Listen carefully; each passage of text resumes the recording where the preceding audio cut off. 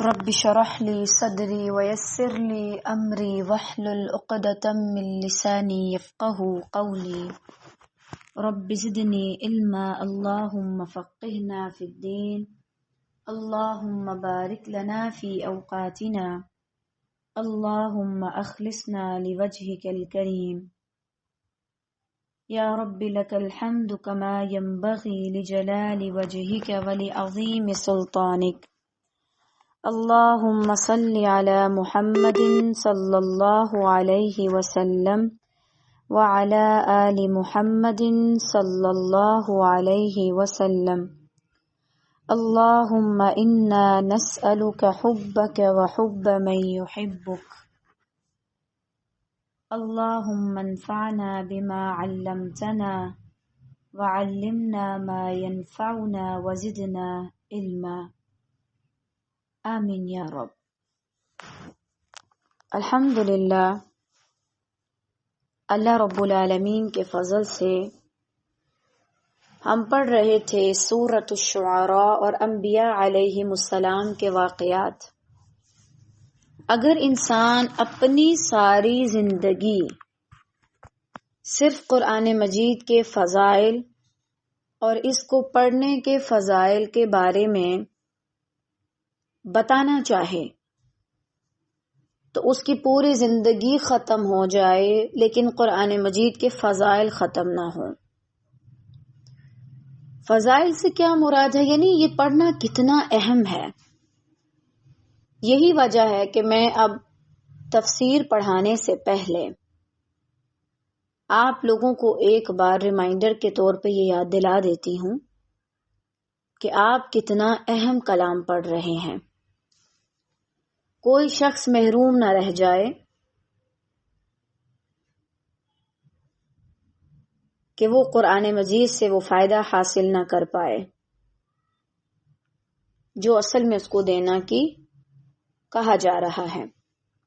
بہرحال کل کی آیات میں ہم نے دیکھا صالح علیہ السلام نے اپنی قوم کو تبلیغ کی، ان کو سمجھایا، اور اب وہ کیا کر رہے تھے؟ قوم کی برائیاں ان کے سامنے لے کر کے آ رہے تھے، قوم کو بتا رہے تھے کہ تمہارے اندر کون کون سی کمیاں ہیں اور تم کیا کیا چیزیں کرتے ہو، حالانکہ تمہیں یہ سب نہیں کرنا چاہیے۔ بہرحال اس کے بعد آگے انشاءاللہ آج ہم دیکھیں گے آیا 149 سے سورۃ الشعراء پارہ 19 سے۔ بسم اللہ الرحمن الرحیم۔ وَتَنْحِتُونَ مِنَ الْجِبَالِ بُيُوتًا فَارِهِينَ، اور تم پہاڑوں کو تراش تراش کر پرتکلف مکانات بنا رہے ہو۔ فارہین، ضرورت سے زائد، تکلف اور صرف فخر اور غرور کے لیے عمارتیں بنانا، اور اس کا کوئی فائدہ نہیں عوام الناس کو۔ یہاں اب ان کی مزید ٹیکنالوجی کا بیان ہے۔ ان کے دور میں کون کون سی ٹیکنالوجی تھی؟ پہاڑوں کو تراشنا طالبات کوئی معمولی کام نہیں ہے، یہ بہت بڑا کام ہے۔ ہم نے دیکھا تھا نا، یہ قوم عاد ہی کی نسل میں سے تھے، یہ بھی بہت زیادہ قوی تھے۔ تو بہرحال ان لوگوں نے پہاڑوں کو تراش تراش کے مضبوط اور خوبصورت اور محفوظ مکانات بنائے تھے۔ مادی لحاظ سے ترقی یافتہ قوم تھی، ترقی پذیر بھی نہیں، ترقی یافتہ۔ سورہ الفجر میں اللہ تعالیٰ فرماتے ہیں وَثَمُودَ الَّذِينَ جَابُوا الصَّخْرَ بِالْوَادِ، اور سمود جنہوں نے وادی میں چٹانوں کو کاٹ کر گھر بنائے۔ اس کے علاوہ سورۃ الحجر میں فرمایا وَكَانُوا يَنْحِتُونَ مِنَ الْجِبَالِ بُيُوتًا آمِنِينَ، وہ پہاڑوں کو تراش کر گھروں کو محفوظ بنا لیتے تھے۔ آج کل تو یہ ہے نا کہ بھائی کوئی تھوڑی سی جو ہے وہ آئی زلزلہ وغیرہ معاذ اللہ تو عمارتیں گر بھی جاتی ہیں، لیکن وہ لوگ پہاڑوں میں بنایا کرتے تھے. تو پہاڑ ایک طرح سے بہت مضبوط ہے، اتنی جلدی وہ گرتا بھی نہیں ہے. ٹھیک ہے نا؟ تو بہرحال نبی صلی اللہ علیہ وسلم نے فرمایا جب ہجر یعنی قوم سمود کی وادی سے گزر رہے تھے تو صحابہ اکرام رضی اللہ تعالی عنہم کو فرمایا یہاں سے یہ ظالم قوم کے گھروں میں داخل نہ ہونا مگر روتے ہوئے، کہیں تم پر بھی وہی عذاب نہ آ جائے جو ان پر آیا تھا معاذ اللہ. یعنی آج تک وہ عبرت بنا دی گئی ہے، وہ قوم اس قدر تباہ کر دی گئی، اور اگر آج بھی کوئی ان کی جگہ پر جائے اسے مہلت مل سکتی ہے لیکن چھٹکارا نہیں ملے گا. کبھی نہ کبھی تو اللہ تعالیٰ اس کو بھی اس عذاب میں مبتلا کر دے گا. اس کے علاوہ نبی صلی اللہ علیہ وسلم نے فرمایا قیامت اس وقت تک قائم نہ ہوگی جب تک لوگ اپنی عمارتوں پر فخر نہ کرنے لگے.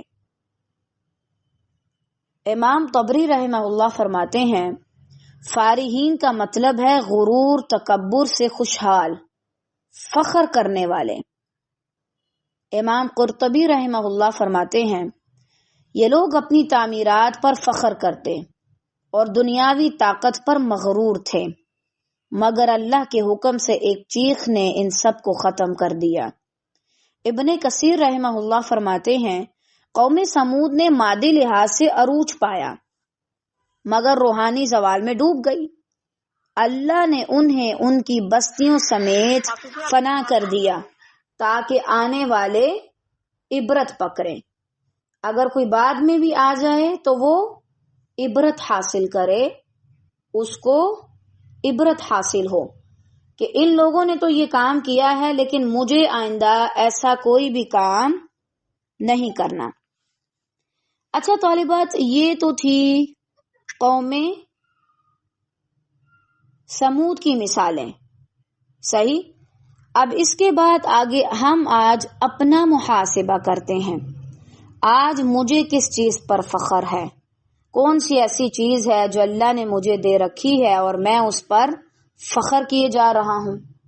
میرا کیا رویہ ہے؟ اگر آپ دور حاضر میں اس کی مثالیں دیکھیں تو ہم نے پچھلی اقوام کا قصہ پڑھتے وقت بھی اس کو بہت گہرائی سے دیکھنے کی کوشش کی تھی. آج کا انسان بلند و بالا عمارتیں، پہاڑوں میں سرنگیں اور زیر زمین شہر بنا رہا ہے مگر اخلاقی اور روحانی طور پر کمزور ہو رہا ہے. جیسے قوم سمود کی مادی ترقی انہیں اللہ کے قریب نہ کر سکی، آج ہم بھی یہ ترقی کر کے اللہ تعالیٰ سے دور ہو رہے ہیں معاذ اللہ. آج اگر دیکھا جائے تو ہمارے پاس کس چیز کی کمی ہے؟ کسی چیز کی نہیں. اللہ نے ہر چیز دی ہے ہمیں، اس کے باوجود ہماری سرکشی کم نہیں ہوتی. ہمارے اندر سے فخر، غرور، تکبر جیسے جذبات نکلتے ہی نہیں ہیں، بلکہ ان میں مزید اور مزید اضافہ ہوتا جاتا ہے. آج بھی لوگوں کا یہی حال ہے، اور اگر ان کو ان کی پہاڑوں کی عمارتیں نہیں بچا سکی تو آپ کو آپ کی شیشے کی اور یہ ادھر ادھر کی عمارتیں بچا لیں گی؟ آپ کو نہیں بچا سکیں گی. اس کے علاوہ ٹیکنالوجی پر غرور کرنا، سائنسی ترقی، مصنوعی ذہانت، ایٹمی طاقت، سب کچھ ہونے کے باوجود انسان غرور میں مبتلا ہے اور اپنے خالق سے غافل ہے. ان چیزوں کو پانے کے بعد سب سے پہلے وہ جو کام کرتا ہے کیا کرتا ہے؟ اللہ تعالیٰ کو بھول جاتا ہے معاذ اللہ.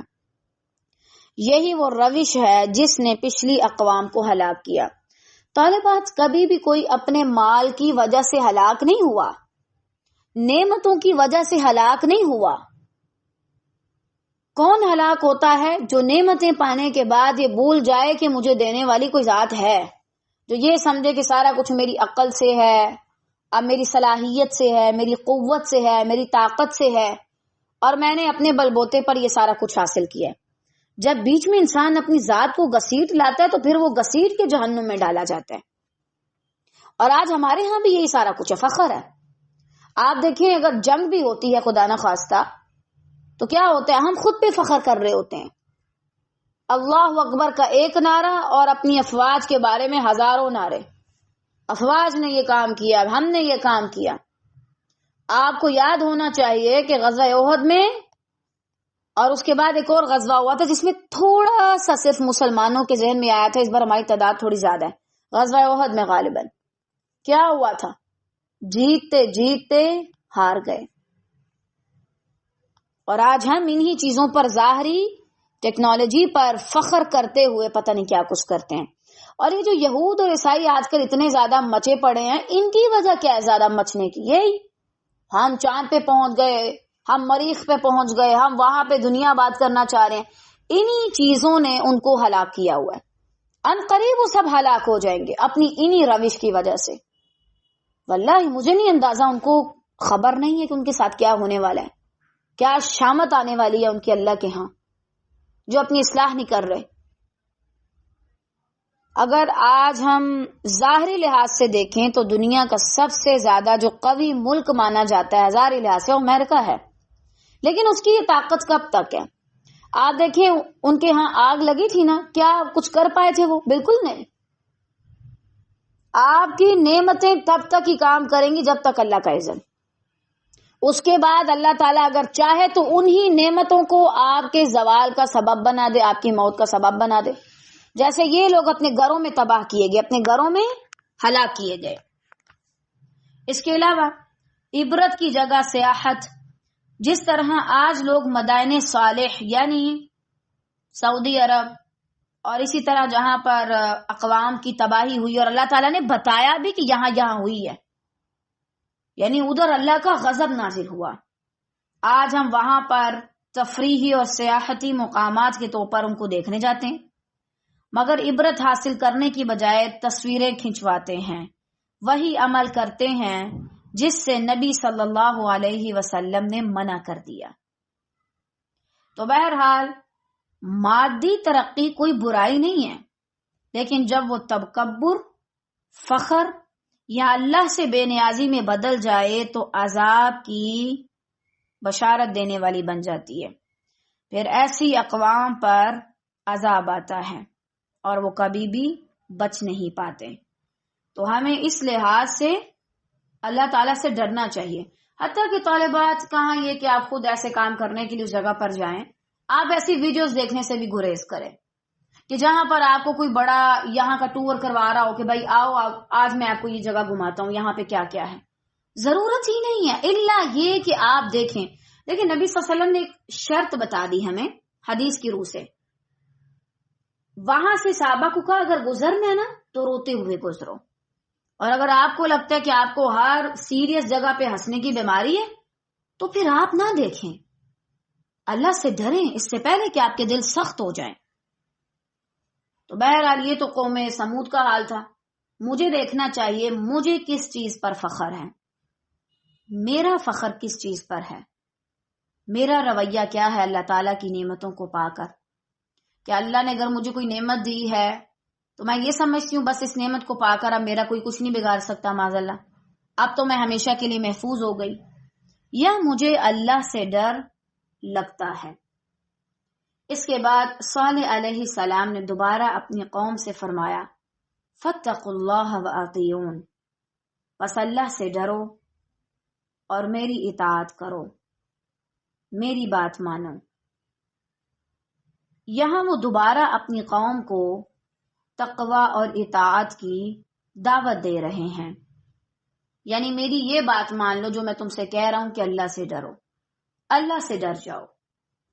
جب اللہ کا ڈر نہ رہے تو ہی انسان اتنا سخت دل بنتا ہے اور اتنا اوور کانفیڈنٹ، ورنہ عذاب سے تو سب کو ہی ڈر لگتا ہے، سب کو لگتا ہے نا. اچھا اس جگہ پہ یہ والا حادثہ ہوا تھا، دوبارہ اگر انسان کبھی اس جگہ سے اس سڑک سے بھی گزرے نا جہاں پہ کوئی خدا نہ خواستہ اس نے حادثہ دیکھا ہو، دوبارہ اس کی وہی کیفیت ہونا شروع ہو جاتی ہے.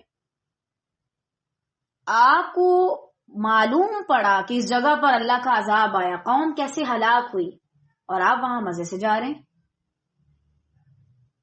جب اللہ کا ڈر نہ ہو تو پھر کچھ بھی کرنا انسان کے لیے آسان ہوتا ہے سوائے اس کے کہ وہ اللہ کی فرما برداری کرے. تو بہرحال بار بار تقوی پہ بات ہے. اس سورہ میں اتنی زیادہ مرتبہ تقوی کا لفظ آیا ہے، اتنی زیادہ مرتبہ، اگر آپ اس کا پورا مفہوم اور اس کا نچوڑ نکالیں تو آپ کو تقوی ملے گا۔ امام غزالی رحمہ اللہ فرماتے ہیں تقوی یہ نہیں کہ تم دنیا کو حرام سمجھ لو کہ بس اب مجھے دنیا ہی نہیں چاہیے، مجھے کچھ بھی نہیں چاہیے، مجھے کچھ بھی حاصل نہیں کرنا، بلکہ تقوی کیا ہے؟ یہ کہ تم حرام کاموں سے بچ جاؤ، گناہوں سے بچ جاؤ، غلط کاموں سے بچ جاؤ۔ متقی شخص دنیا کو خود پہ حرام نہیں کرتا، وہ حرام چیزوں کو ہی خود پہ حرام کرتا ہے۔ تو بہرحال اپنے لیے لازماً یہ سوال لکھیے اور اپنا جائزہ لیجئے، کیا میرے اندر اللہ سبحانہ و تعالی کا ڈر ہے؟ اور کیا اس ڈر سے میرا عمل بدلا ہے؟ کیا مجھے اللہ سے ڈر لگتا ہے؟ اتنی بار میں نے ایک لفظ پڑھا، اس کے باوجود ابھی تک میرا عمل نہیں بدلا۔ ٹھیک ہے، قوم صالح کو صالح علیہ السلام آج سے بہت عرصہ پہلے نصیحت کر رہے ہیں اللہ سے ڈرو، لیکن کیا اتنی مرتبہ یہ آیت پڑھ کر مجھے واقعی اللہ سے ڈر لگا؟ چاہے میں دنیا والوں کے ساتھ کیسی بھی ہوں، یہ نہیں اب ان کے سامنے آپ مریض بن کے بیٹھ جائیں یا کوئی مایوس اور غمگین زدہ شخص کی صورت میں بیٹھ جائیں، کیا ہو رہا ہے تمہیں؟ جی مجھے اللہ سے ڈر لگ رہا ہے۔ نہ، اللہ کا ڈر وہ ہے جو تنہائی میں زیادہ کام کرتا ہے۔ جب آپ بالکل تنہا ہوں، بالفرض رات کو ہم جب سونے کے لیے لیٹتے ہیں، ہر کام ہو جاتا ہے الحمدللہ، ہم محاسبہ کر رہے ہوتے ہیں، اچھا آج میں نے جتنے کام کرنے تھے سارے کر لیے۔ پھر اس وقت یہ سوچنا آج میں نے یہ غلط کام کیا تھا، آج مجھ سے یہ غلطی ہوئی تھی، آج یہاں پر میں نے فرائض میں کوتاہی کی، آج یہاں پر میں نے اللہ تعالیٰ کی حدود میں کوتاہی کی۔ یہ ہے اصل ڈر۔ اور جب آپ موبائل لے کر کے تنہائی میں بیٹھے ہوں اور آپ کے سامنے گانے چل رہے ہوں اور ہر چیز چل رہی ہو، آپ کو پتہ ہے طالبات، اگر آپ بار بار ریمائنڈر کے باوجود اللہ سے نہیں ڈریں گے تو کیا ہوگا؟ آپ کبھی سکون میں نہیں رہ پائیں گے۔ اور آپ کو پتہ ہے بعض اوقات ہم بیٹھے بیٹھے بے چین ہو رہے ہوتے ہیں نا، کچھ نہیں کیا ہوتا ہم نے، سارے کام ہو رہے ہوتے ہیں، عجیب سی بے چینی ہوتی ہے جو لگتے ہیں اندر ہی اندر کھا رہی ہے ہمیں۔ وہ بے چینی کیوں ہوتی ہے؟ آپ کو اس کی ریزن پتہ ہے؟ وہ اس گناہ پر ہوتی ہے جو آپ نے کیا نہیں تھا لیکن صرف سوچا تھا۔ اللہ اکبر! جب سے میں نے یہ والا قول پڑھا، اگر کوئی ایسی ویسی سوچ بھی آ جائے تو مجھے سمجھ ہوتی ہے کہ اچھا اب اس کو بھگتنا پڑے گا، مجھے اب اس کی وحشت مجھے محسوس کرنی پڑے گی۔ پھر آپ استغفار کریں۔ اور اگر ابھی تک طالبات اتنی مرتبہ یہ آیت پڑھنے کے باوجود آپ کو ذرہ برابر بھی اللہ سے ڈر محسوس نہیں ہوا، تو یا تو آپ کا دل سخت ہے یا اللہ پڑھانے والے پہ رحم کرے، ہو سکتا ہے اس کے اندر کوئی کمی ہو، ورنہ اتنی مرتبہ یہ آیت سن کر ابھی بھی آپ کو اللہ سے ڈر نہیں لگا، ابھی بھی آپ نے اپنا محاسبہ شروع نہیں کیا۔ ایٹ اے ٹائم آپ کو بتایا گیا کتنی مرتبہ۔ آپ دیکھیے کیا ہے، یہ دل کی سختی ہے یا کہیں اور سے کمی ہے؟ اپنے دل کا جائزہ لیجئے۔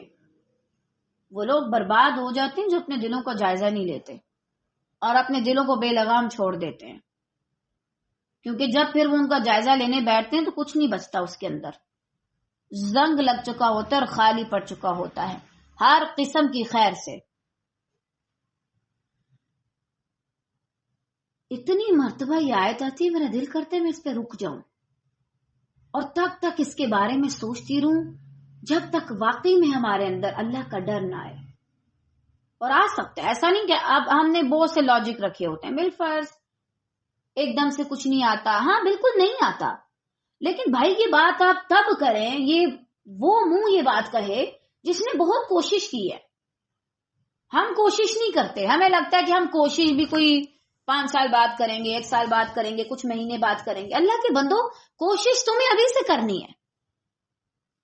پھر آگے جب مرضی تمہارے اندر آ جائے، تم کوشش تو کر رہے ہو نا. ہم کوشش ہی نہیں کرتے، اپنے آپ کو یہ سنوا دیتے ہیں کہ بس بھائی وہ بہت سالوں لگ جاتے ہیں تقوی حاصل کرنے میں، لہٰذا کوشش بھی نہ کرو. تقوی تمہارے عمل میں دکھے گا، تمہاری تنہائی میں دکھے گا. تب نہیں جب تم لوگوں سے بات کر رہے ہو اور ایموشنل ہو رہے ہو، تمہارے آنسو آ رہے ہیں، یا کسی تقریب میں گئے ہو اور وہاں پہ اللہ کی باتیں ہو رہی تھی اور بس تمہارے آنسو آ گئے. تقوی والوں کو ان کی تنہائی میں دیکھو، وہ اپنی تنہائی میں رونے سے پہچانے جاتے ہیں جب ان کو کوئی نہیں دیکھ رہا ہوتا. تقوی والے تب پہچانے جاتے ہیں جب وہ قرآن کی تلاوت کر رہے ہوتے ہیں. کس قدر ان کے اندر خشیت ہوتی ہے اس وقت، وہ اللہ سے ڈر رہے ہوتے ہیں، ڈرتے ڈرتے تلاوت کر رہے ہوتے ہیں، آیت آیت پر رک رہے ہوتے ہیں. متقی شخص اپنے محاسبے سے پہچانا جاتا ہے. جس وقت لوگ مزے سے سو رہے ہوتے ہیں، بس اب سونے کا ٹائم ہے، چھوڑو سارے کام، اس وقت بجائے اس کے وہ سوئے، وہ پہلے اپنا محاسبہ کر رہا ہوتا ہے. جس وقت لوگ دنیا میں مشغول ہوتے ہیں، وہ اپنی آخرت کے لیے کوشش کر رہا ہوتا ہے. متقی شخص کو پہچاننا ہے تو اس کی تنہائی سے پہچانو، اس کے اعمال سے پہچانو. کیونکہ زبان کا کیا طالبات، یہاں کوئی ایموشنل ویڈیو لگائی جائے تو ہر بندہ رونے پہ آ جائے گا. حتیٰ کہ طالبات، مجھے حیرت ہوتی ہے، کیا کہتے ہیں، ہاں فلم، کچھ لوگ فلم دیکھ کے روتے ہیں. بھائی اس کے اندر اس کے ساتھ پتہ نہیں کیا ہی ہو گیا. رونا نارمل چیز ہے، انسان رو پڑتا ہے اکثر، اور خاص طور سے جب وہ ایک مجمع کے بیچ میں ہو. مزہ تو تب ہے جب تم تنہائی میں یہ تقوی محسوس کرو اور یہ آنسو تمہارے نکلے. صحیح؟ تو بہرحال آگے مزید بھی تقوی کے بارے میں بات آئے گی، تو اپنے آپ کا محاسبہ کریں اس سے پہلے کہ آپ سے حساب لیا جائے. اور ان کو پڑھ کر ایسے ہی نہ گزریں. کیا ضرورت ہے، پہلے یہ آیت پڑھ لی تھی، لہٰذا یہ تفسیر پہلے گزر چکی ہے، ہم اس کے بارے میں مزید بات نہیں کریں گے. واللہ اللہ نے اگر کوئی آیت دوسری بار لائی ہے نا، تو اس کا مطلب ہے تم نے پہلے صحیح نہیں ابھی اپنا محاسبہ کیا، تم نے پہلے صحیح اس کو ٹائم نہیں دیا، دوبارہ اس پہ نظر ثانی کرو. ایک جملہ اگر بار بار کسی کتاب میں لکھا جائے تو کیا ہوتا ہے، وہ زیادہ قابل غور ہے، زیادہ اہم ہے. بہرحال اس کے بعد صالح علیہ السلام نے اپنی قوم کو ایک چیز سے منع کیا، وَلَا تُطِيعُوا أَمْرَ الْمُسْرِفِينَ، بے باک حد سے گزر جانے والوں کی اطاعت سے باز آ جاؤ. مسرفین سے مراد وہ سردار ہیں جو کفر و شرک کے داعی اور مخالفت حق میں پیش تھے، سب سے آگے.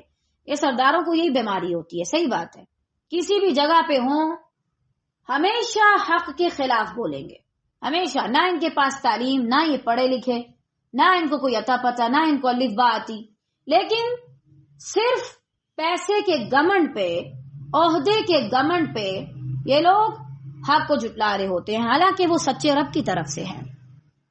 بہرحال یہاں پر صالح علیہ السلام اپنی قوم کو بتا رہے ہیں کہ مصرف کی بات نہ مانو. دونوں چیزیں ایٹ اے ٹائم بتانا ضروری ہے. کیا کیا؟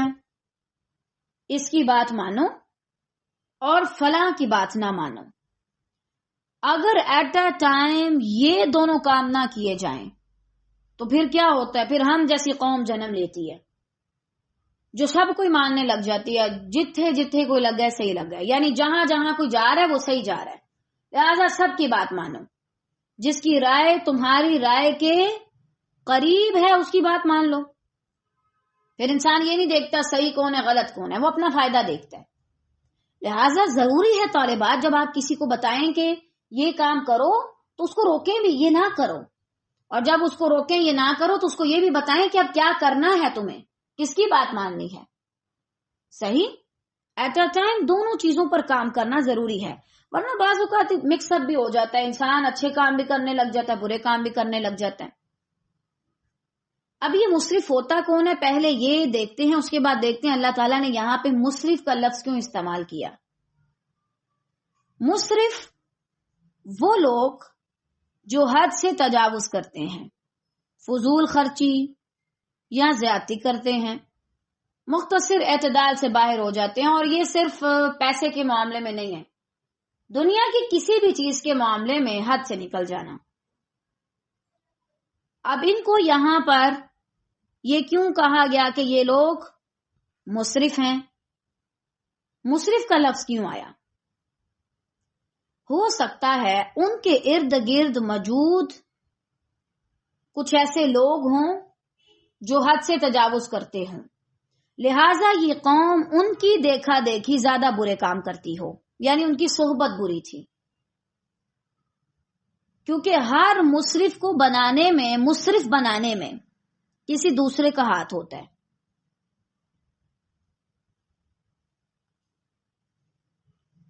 مال کسی کا، مشورے کسی کے، کہ بھائی تمہارے پاس یہ چیز ہے لہٰذا یہ کرو، تمہارے پاس یہ چیز ہے لہٰذا یہ کرو.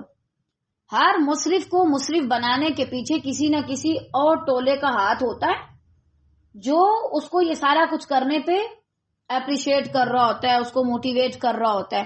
عموماً بادشاہوں کے ہاں بھی ایسے وزیر اور مشیر ہوا کرتے ہیں جو ان کی بڑی خوشامد کرتے ہیں. صحیح، اور پھر ایک دوسرے کی بات مان کر، ایک دوسرے کی بری صحبت کی وجہ سے وہ مزید اس کام میں آگے بڑھتے ہیں. بعض اوقات یوں ہو سکتا ہے انسان صحیح رستے کی طرف آ رہا ہو، آتے آتے رک جاتا ہے. کیوں؟ برے ساتھیوں کی وجہ سے. برے ساتھی کیا کہتے ہیں؟ نہ جاؤ بھائی، تمہیں کیا ضرورت ہے، تم اپنا مقام دیکھو، اپنی بات دیکھو. تو بہرحال اللہ تعالیٰ ان کو فرما رہے ہیں کہ ایسے لوگوں کی بات نہ مانو جو خود ہی مصرفین ہیں، جو اپنی خواہشات، غرور، طاقت کے نشے یا گناہ کی راہوں میں حد سے گزر چکے ہیں. کیونکہ مصرف کا انجام اچھا نہیں ہے. جو ایک بار حدود سے نکل جائے، جیسے ہی وہ مزید حد پار کرتا ہے اس کی رسی اللہ تعالیٰ کھینچ لیتا ہے. پہلے تو اللہ تعالیٰ اس کی رسی کو آزاد چھوڑتا ہے، جاؤ جہاں تک جانا ہے، جاؤ جاؤ. پھر ایک دم سے اس کو کھینچ لیتا ہے یہاں تک کہ اس کو سنبھلنے کے ابھی موقع نہیں ملتا.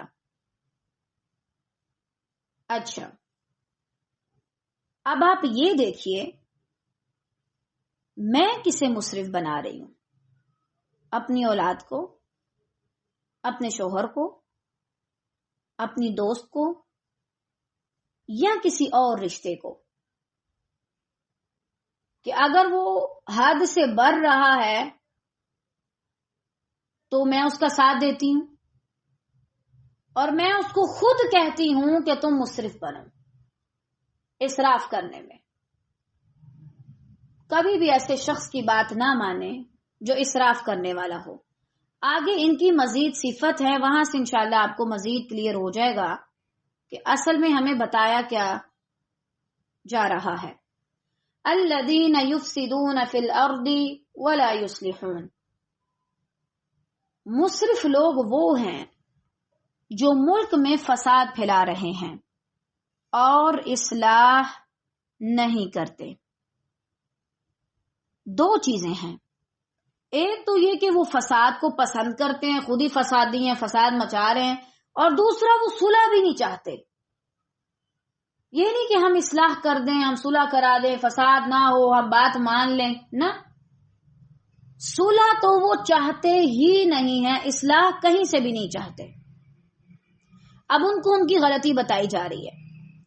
طالبات، جب انسان حدود سے نکلتا ہے تو فساد ہی ہوتے ہیں، چاہے دنیاوی لحاظ سے ہوں، چاہے آخرت کے لحاظ سے ہوں.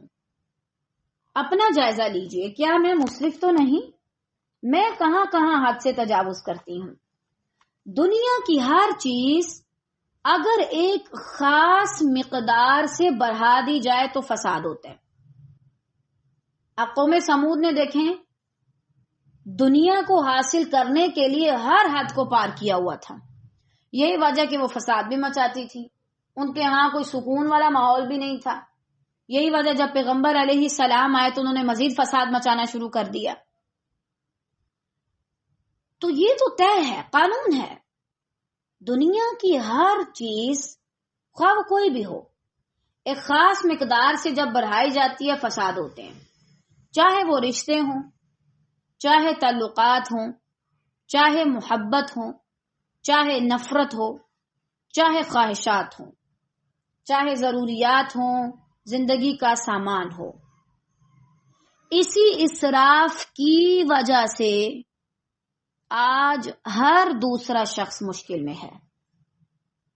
یہ خاص طور سے یہ جو الشباب والی ایج ہے، تقریباً 18 سے 25 اور یہ جو آگے کا مرحلہ ہے، اس میں تو تقریباً سارے بندے ڈپریشن میں، زیادہ تر. صحیح بات ہے.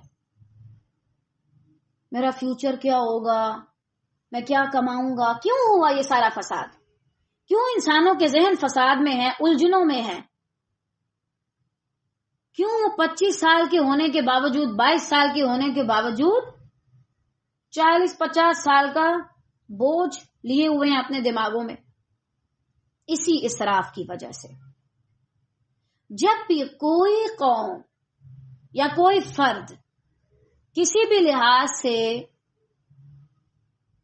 مسرف بنتا ہے، حدود سے نکلتا ہے، ایک خاص مقدار سے ان چیزوں کو بڑھاتا ہے تو فساد ہوتے ہیں. اور ایسا فساد جس میں ولا یصلحون، اصلاح نہیں ہوتی. یہی وجہ شاید طالبات آج کل اگر کسی کا کسی کے ساتھ تعلق بھی ٹوٹے نا تو دوبارہ ایک دوسرے کو منہ دکھانے کے قابل نہیں رہتے بیچارے. اتنا بھر چکے ہوتے ہیں کہ بعد میں پھر ایک دوسرے کا سامنا ہی نہیں کر پاتے.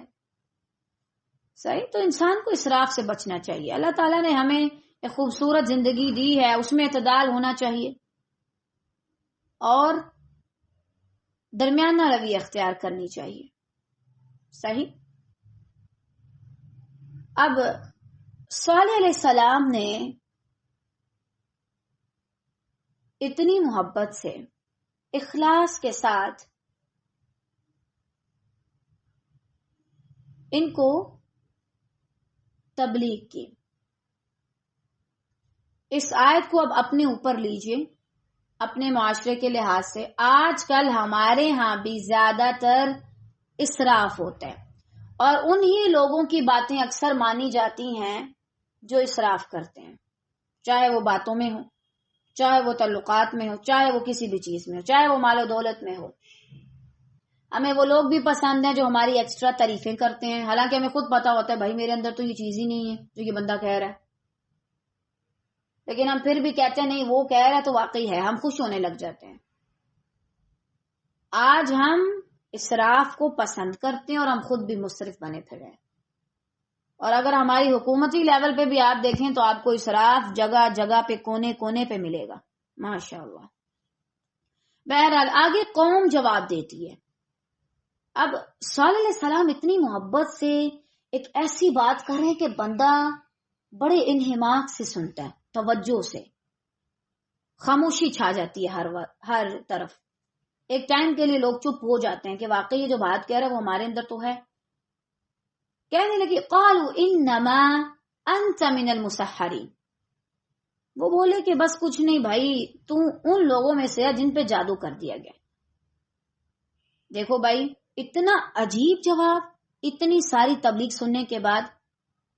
دیکھیں جب لوگ آپ کو ہرا نہیں سکتے تو وہ آپ کا کانفیڈنس لوز کرنے کی کوشش کرتے ہیں.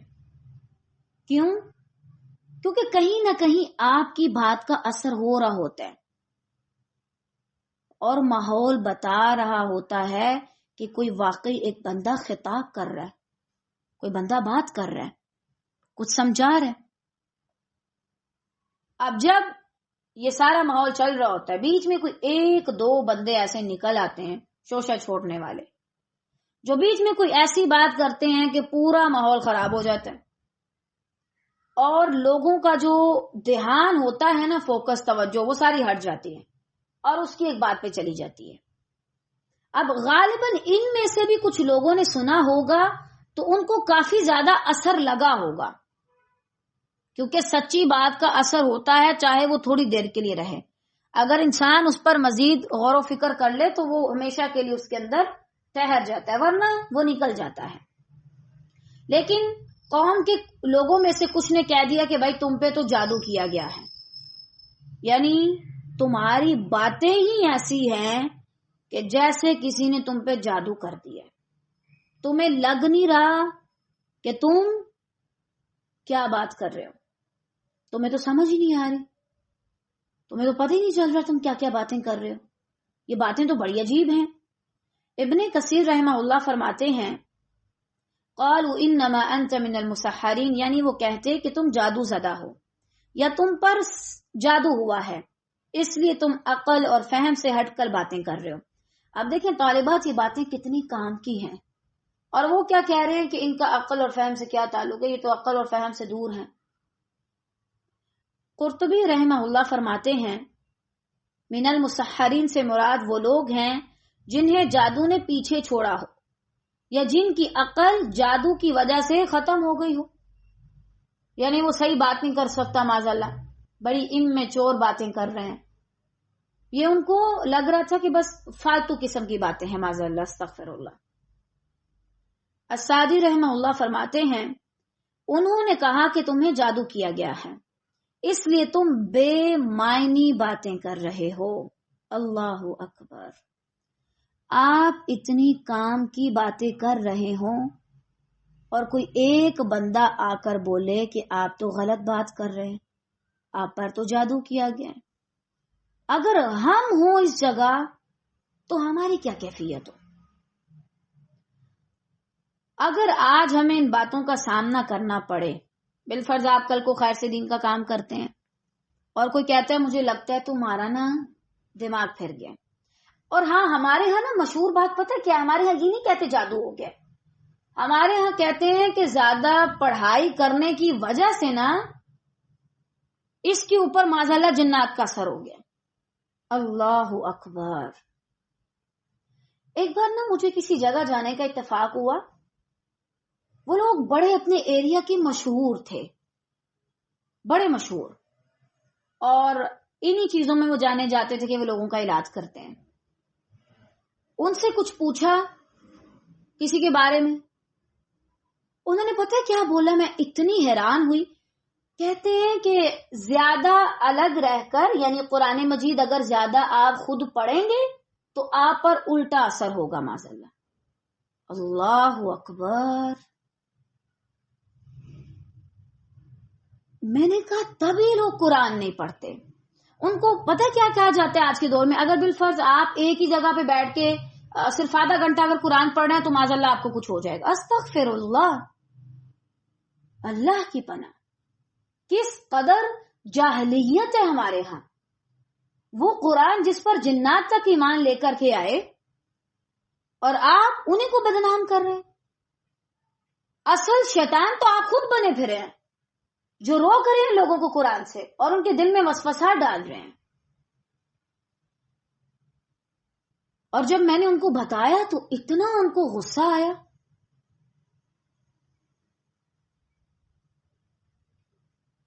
کہ آپ یہ باتیں کر کیوں رہی ہیں، حالانکہ جو حق ہے وہ حق ہے۔ آپ ایک مزار پہ بیٹھے لوگوں کو دمشم کر رہے ہیں اور بول رہے ہیں کہ بھائی اگر آپ زیادہ پڑھیں گے تو آپ پر کچھ ہو جائے گا۔ آج کل یہ ہمارے ہاں بہت زیادہ بات مشہور ہے، مجھے نہیں پتا آپ کے ہاں یہ ہے کہ نہیں، لیکن اکثر جگہ پر، خاص طور سے دیہات والی سائڈ پہ تو بہت ہی زیادہ ہے۔ وہ لوگ تو قرآن پڑھنے سے اتنا ڈرتے ہیں کہ بھائی ہم اس کو پڑھیں گے نہیں، پتہ نہیں ہم پہ کیا اثر ہو جائے گا، معاذ اللہ۔ تو بہرحال اگر بالفرض آپ کہیں دین کا کام کرتے ہیں خیر سے اور آپ لوگوں کو جا کر تبلیغ کرتے ہیں اور لوگ آپ کے ساتھ ایسی ویسی باتیں کریں تو آپ کیا کریں؟ اپنا رویہ مناسب رکھیں۔ اگر کوئی کہتا ہے کہ آپ پر جادو ہوا ہے تو اسے ثابت نہ کر کے دیں عمل سے کہ ہاں واقعی میرا دماغ میرے کنٹرول میں نہیں ہے، مجھ پہ واقعی جادو ہو گیا، معاذ اللہ میری سمجھ کام نہیں کری، مجھے کیا کہنا چاہیے کیا نہیں کہنا چاہیے۔ اگر ہمیں کوئی کہتا ہے نا تم مسحور زدہ ہو، ہم اسے بن کے دکھاتے ہیں، یہ لو واقعی اب دیکھو مجھے، واقعی میں مجھے کسی نے کچھ کیا ہوا ہے معاذ اللہ۔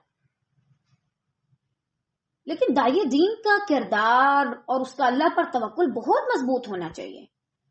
مجھے لگتا ہے اگر ایک اوور آل آپ ٹیم میں کام کر رہے ہیں وہ الگ چیز ہے، اگر آپ ایک لیڈر ہیں، آپ کا سب سے بڑا امتحان کیا ہوتا ہے؟ آپ اللہ کے سوا کسی سے نہ ڈریں۔ اگر لیڈر ہی ڈر جائے گا تو باقی عوام کا کیا حال ہوگا؟ واللہ کہو کہ اللہ کے سوا کوئی رب نہیں ہے، اور اگر اللہ نہیں چاہتا تو کوئی میرا کچھ نہیں اکھاڑ سکتا، تم ہمیں ڈراتے ہو۔ ہم نے اپنی ذات کو اس کی امان میں دیا جس کی امان میں دی ہوئی امانتیں کبھی ضائع نہیں ہوتی، لا تضيع، کبھی ضائع نہیں ہوتی۔ اور داعی دین کو اس لحاظ سے مضبوط ہونا چاہیے، کل کو لوگ آپ کو آ کے مختلف چیزیں بتائیں گے کہ آپ بیمار ہونا شروع ہو جائیں گے۔ اب بالفرض آپ مثال لیجئے ڈاکٹر کی، بہت بہادر قوم ہے، اللہ تعالیٰ ان کو سلامت رکھے خیر سے۔ اب بالفرض دن میں 50 طرح کے یا 10 طرح کے لوگ آتے ہیں الگ الگ بیماریاں لے کے اس کے پاس۔ اگر وہ ہر کسی کی بیماری سن کے اثر لینا شروع کر دے تو وہ تو خود بیمار بن جائے گا، کسی اور کا علاج کر پائے گا نہیں۔ آپ داعی دین ہیں، آپ اللہ کی طرف بلانے والے ہیں، آپ لیڈر ہیں۔ اگر آپ باقیوں کی چھوٹی چھوٹی باتیں اور بیماریاں سن کے اپنے اوپر اثر لینا شروع کر دیں گے، ہائے باقی کہیں مجھے کچھ ہوا تو نہیں ہے معاذ اللہ، تو آپ بیٹا پھر کام کر بیٹھے، آپ خود ہی مریض بن جائیں گے۔ آپ کے پاس 100 طرح کے مریض آئیں، آپ کے دل میں کوئی ڈاؤٹ نہیں آنا چاہیے، آپ اتنا پختہ ہوں اور اتنا آپ اپنا خیال بھی رکھتے ہوں جس طرح ایک ڈاکٹر رکھتا ہے اپنی صحت کا خیال، آپ اپنے ایمان کا خیال رکھیں۔ جس طرح وہ روزانہ ورزش کرتا ہے، ایکسرسائز کرتا ہے اپنے آپ کو ریلیکس رکھنے کے لیے، صحیح رکھنے کے لیے، آپ اپنے ایمان کو صحیح رکھنے کے لیے، ریلیکس رکھنے کے لیے بہت سے کام کریں، ورنہ اگر آپ لوگوں کی باتوں کا اتنا اثر لیں گے تو آپ مریض بن جائیں گے۔ بہرحال اگر لوگ آپ کا دماغ کنٹرول کرتے ہیں تو آپ کو کسی جادو ٹونے کی ضرورت نہیں، آپ آلریڈی مسحور زدہ ہیں، لوگ آپ کو کنٹرول کر رہے ہیں اور آپ کو سمجھ ہی نہیں آ رہا۔ اس آیت سے داعی دین کا کردار واضح ہوتا ہے، اس کے اندر سیلف کنٹرول ہوتا ہے، اس کا اپنی سوچوں پہ کنٹرول ہوتا ہے، اپنی زبان پہ کنٹرول ہوتا ہے، آپے سے باہر نہیں ہوتا، اس کے اندر تحمل ہوتا ہے۔ صحیح؟ اور یہ جملہ تو لکھ لیں پاس، اگر کوئی مجھے پاگل کہتا ہے یا جادو زدہ کہتا ہے تو میں نے اسے اپنے عمل سے اب یہ ثابت نہیں کر کے دینا چیخ چلا کے کہ ہاں واقعی میرے ساتھ کوئی ایسا مسئلہ ہے معاذ اللہ۔ بالکل ریلیکس رہیں، جیسے کچھ سنا ہی نہیں، کچھ ہوا ہی نہیں، اور بس انجوائے کریں لوگوں کی ان باتوں کو۔ واللہ ان چیزوں سے بھی زندگی رنگین ہوتی ہے، رنگ لگے ہوتے ہیں زندگیوں میں مختلف، ہر کوئی آ کے الگ الگ طرح کی بات کر رہا ہوتا ہے اور آپ بس دیکھ کے حیران ہو رہے ہوتے ہیں کبھی، اور کبھی آپ کو ہنسی آ جاتی ہے۔ بس نارمل لیجیے ان باتوں کو۔ دیکھیں صالح علیہ السلام کو یہ بات کہی کہ بہت ہمبل ہیں، وہ لوگوں کا تو کام ہے وہ آپ کی بات کا اثر ختم کرنے کے لیے ایسی باتیں لانے کی کوشش کریں گے تاکہ عوام ڈرے، بھٹکے، ڈاؤٹ کا شکار ہو، اور وہ سب سے پہلے آپ کا انکار کرے کہ بھائی اس کے اندر کوئی مسئلہ ہے ہی ہے معاذ اللہ۔ لیکن آپ کو تو پتا ہے آپ مسحور زدہ نہیں ہیں، آپ کے پاس تو وحی کا علم ہے، قرآن اور حدیث اور سنت کا علم ہے، آپ کا کوئی کچھ نہیں بگاڑ سکتا، اور حتیٰ کہ کسی کا بھی نہیں، جسے اللہ رکھے اسے کون چکھے۔ صحیح؟ بہرحال آپ اپنا محاسبہ کریں کہ اگر بالفرض جن لوگوں کو میں تبلیغ کرتی ہوں، اسٹوڈنٹس ہو سکتے ہیں، ایسے عوام الناس ہو سکتی ہے، اگر وہ مجھے کوئی ایسا ویسا رد عمل دیتی ہے تو میں آگے سے کیسا رد عمل دکھاتی ہوں، میرا رویہ کیا ہوتا ہے، اپنا رویہ لازماً چیک کیجئے۔ آج کے لیے اتنا ہی رکھتے ہیں، باقی انشاءاللہ خیر سے ہم کل پڑھیں گے۔ بارک اللہ فیکم۔